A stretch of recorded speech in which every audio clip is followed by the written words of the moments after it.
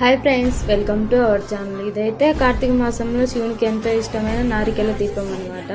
నారికేల దీపం ఎలా పెట్టాలనేది ఈ వీడియోలో చూసేద్దాం రండి. ముందుగా ఒక టెంకాయని తీసుకొని కొట్టి 2 చిప్పలు ఒకే విధంగా వచ్చేలాగా కొట్టి ఒకవైపు 3 టన్నులు ఉన్న కొబ్బరి గిన్నెని తీసుకొని పూజించి పక్కన పెట్టుకొని ముందుగా దేవుని దగ్గర అయితే ఒక ప్లేట్ పెట్టి దాంతో స్వస్తిక్ గుర్తు వేసి 3 పిరికిళ్ళు బియ్యం వేసి దాని మీద కొబ్బరి చిప్ప పెట్టి వీడియోలో చూస్తున్నారు కదా ఆ విధంగా 3 దీపాలు అయితే పెట్టాలన్నమాట. పెట్టిన తర్వాత దాని మీద పసుపు కుంకుమ అక్షింతలు వేసి పూజ చేసుకోవాలి.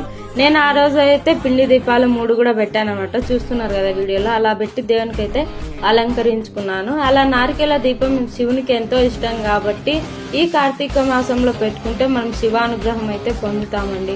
అందుకని చెప్పేసి నేను కూడా పెట్టేశాను. ఆ రోజు ప్రసాదం చేసేకి ఓపిక లేదని చెప్పేసి 2 యాపిల్ ఉంటే ఫ్రూట్స్ పెట్టేసి పూజ అయితే చేసుకున్నాను. అలా